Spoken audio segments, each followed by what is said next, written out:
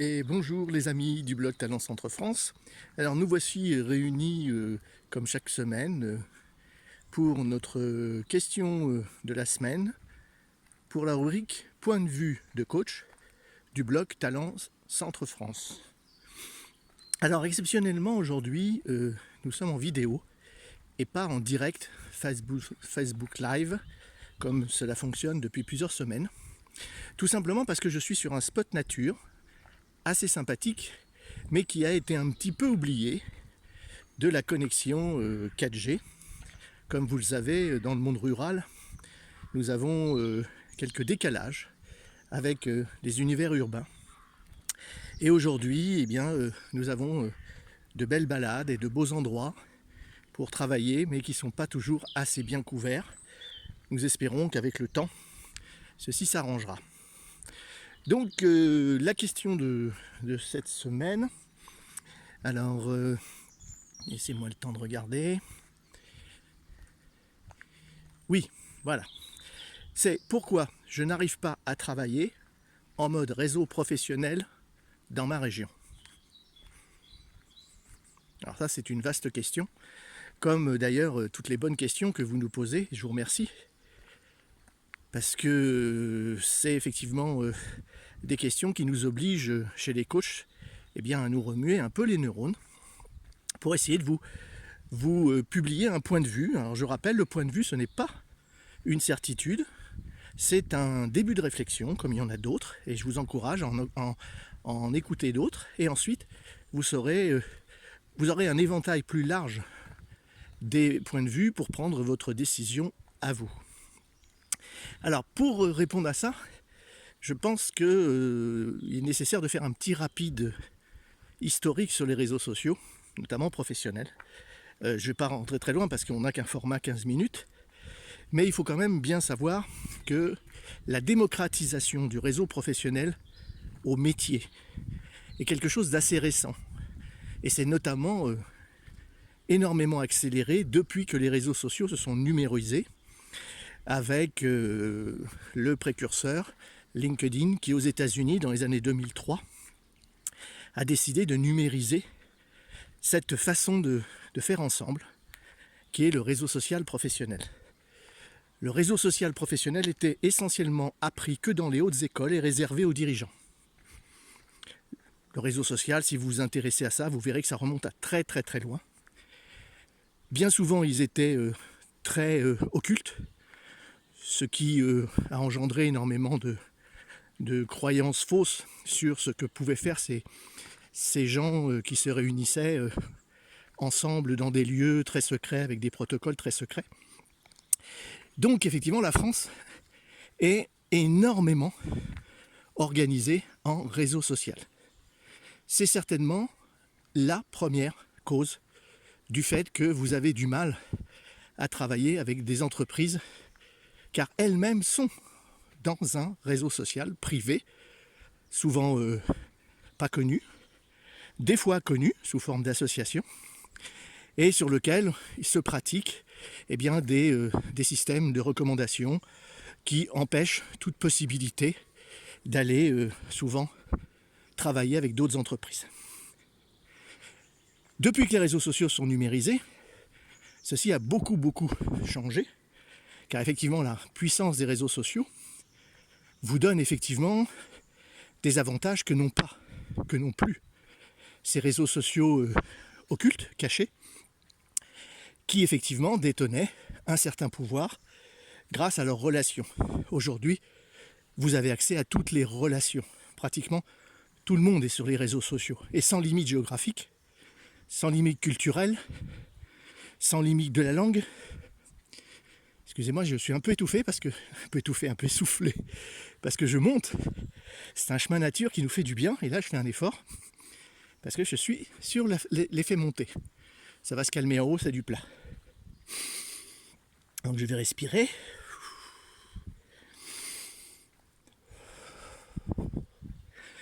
Une bonne occasion pour vous parler de la respiration en pleine conscience, qui est une excellente pratique pour justement vous reconcentrer, vous remettre dans une attention, suroxygéner vos neurones qui en ont bien besoin quand vous faites de la réflexion. Voilà.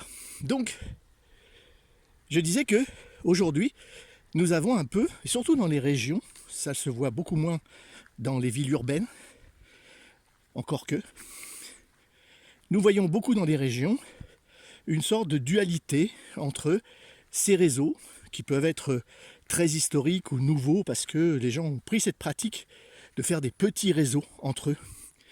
Petits réseaux de commerçants, petits réseaux d'artisans. Et les artisans ne discutent pas et ne font rien avec les commerçants. Petits réseaux de santé, petits réseaux agricoles. Et tout ça fait qu'en fait, ils ont créé des murs avec des protocoles d'entrée qui sont plus ou moins empêchants pour vous. Et ceci fait que si la professionnelle qui a une entreprise, une PME, un commerce fait partie de ce réseau, et bien du coup il se sent de ne pas pouvoir travailler avec vous ou aller dans d'autres réseaux. Aujourd'hui, depuis les réseaux sociaux numérisés, vous pouvez être en réseau avec tout le monde. Tous ceux qui sont justement pas dans ces réseaux.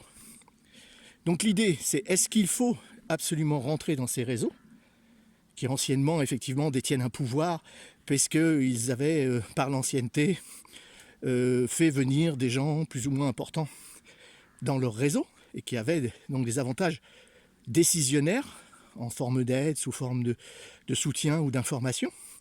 Mais maintenant que le plus important de la planète, ce sont les réseaux numérisés, est-ce que vous avez besoin de rentrer dans ces réseaux? J'en suis pas sûr. D'ailleurs, on voit bien que ces réseaux sont en train de perdre leur influence, puisque nombreux sont les membres qui ne reviennent pas dans ces réseaux, parce qu'ils n'y trouvent pas la diversité des idées, la diversité des moyens dans un monde qui change. Les réseaux sociaux à l'ancienne, tradis, old school, comme disent les jeunes qui aiment l'anglophone, eh bien ce sont des réseaux qui fonctionnaient parce que rien ne changeait. Les informations ne changeaient pas, les décideurs ne changeaient pas. Donc si on avait dans son réseau des informations de valeur, on faisait de la rétention d'informations à l'époque, on ne faisait pas circuler l'information. On la captait, on la gardait pour soi, ou pour son réseau. Donc si on avait de l'information de valeur, si on avait des gens qui officiellement étaient à des endroits prise de décision intéressants, on avait un réseau de qualité. Et donc les professionnels payaient très cher des fois, souvent d'ailleurs, parce que ces réseaux, c'est souvent une manière de faire aussi rentrer de l'argent.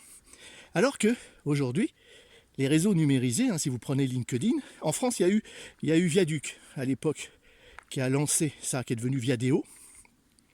Il y avait aussi Synergie à l'époque, et puis un autre qui s'appelait OpenBC, qui est devenu d'ailleurs le réseau allemand, qui s'est remis sur sa culture, qui s'appelle Zing. Et OpenBC a disparu. Non, c'est OpenBC qui devient Zing, et Synergie a disparu. Viadeo, effectivement, s'est développé, mais par des mauvais hasards de décisions stratégiques pas adéquates. Viadeo a fait faillite et a été reprise par un pool, un consortium, un journal, je crois. Et donc aujourd'hui continue, mais sous un autre angle, qui est beaucoup plus l'emploi que les réseaux sociaux. Donc LinkedIn est aujourd'hui le leader mondial, et le leader en France et le leader dans l'Europe. Il est bien sûr international, mais il est aussi francophone, et il est aussi franco-français. C'est-à-dire que la plupart des gens autour de chez vous sont sur LinkedIn.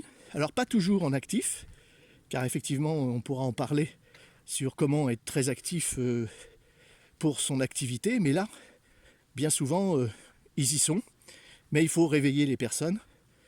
Donc tout ça fond des freins, qui fait que si vous voulez arriver par exemple à travailler en mode projet avec des professionnels de proximité, eh bien les réseaux sociaux professionnels numérisés seront certainement un accès plus facile. Alors bien sûr, vous avez toujours les réseaux traditionnels, organisés d'une façon pyramidale en France, comme les chambres de commerce, comme les fédérations de métiers. Vous avez la fédération des artisans et des commerçants. Artisans. La chambre de commerce, c'est les commerçants et entreprises. industriels. La Chambre des métiers qui est la même chose, mais pour les artisans. Vous avez après les fédérations verticales par métier, l'agriculture, j'en passe et dans d'autres, les médecins, tout ça. Voilà. Un de nos deuxièmes obstacles, c'est cette verticalité et cette opacité d'un secteur à l'autre. Aujourd'hui, un médecin ne discute pas avec un agriculteur, qui ne discute pas avec un industriel, et qui encore moins ne discute avec une TPE. Alors que sur les grands réseaux mondiaux tels qu'ils se développent, ce qui fait que des pays émergent très très vite, comme la Chine, qui est devenue un des grands pays mondiaux des réseaux sociaux, c'est qu'effectivement, il y a une volonté de horizontaliser les relations de façon que tout le monde puisse se parler, par exemple, sur un même secteur. Ce qui, automatiquement, ouvre l'intelligence collective. Dès que les gens commencent à se connaître, ils s'aperçoivent qu'ils ont des affinités. Et de la discussion des affinités, très vite, bien sûr, si on s'entend, il y a une nécessité de passage de moments de rencontre et de moments de confiance, de crédibilité et de confiance. Mais ceci est facilité. Alors que dans les réseaux traditionnels, vous ne pourrez travailler qu'avec les personnes du réseau. Il y a même des réseaux qui vous imposent de travailler qu'avec un groupe et certains métiers, même si vous ne les aimez pas. Donc toutes ces contraintes font qu'effectivement, quand vous êtes à l'extérieur, vous arrivez, je prends par exemple des nouveaux personnes qui migrent vers les métropoles. Aujourd'hui, on a beaucoup de mouvements nationaux, des gens qui repartent de l'urbain, qui reviennent à la campagne, donc ils ne sont pas du cru, donc du coup, ils ne sont pas dans les réseaux, puisqu'ils ne sont pas originaires du terroir. Et là, des fois aussi, c'est pour certains réseaux un critère de sélection. Eh bien, toutes ces personnes-là ont du mal à travailler en mode projet et à travailler en échange intelligent, intermédiaire sur un même territoire et dans une même région, puisque maintenant, depuis la nouvelle réorganisation du territoire, la région est devenue le patron et a pratiquement plein pouvoir pour diriger les différents départements qui le constituent. Donc voilà, ça c'est les freins. Vous voyez que des fois on pense souvent que les freins ils viennent de soi. Mais d'un autre côté, des fois oui, ça vient de vous. C'est-à-dire que les réseaux sociaux, c'est une posture, c'est un état d'esprit qui commence par donner pour recevoir. Et bien souvent, quand on arrive dans un réseau social, eh bien on demande, je veux ça, qui peut me dire ça. Donc c'est-à-dire on est demandeur. Or un réseau social, il faut d'abord lui apporter quelque chose. On ne peut pas prendre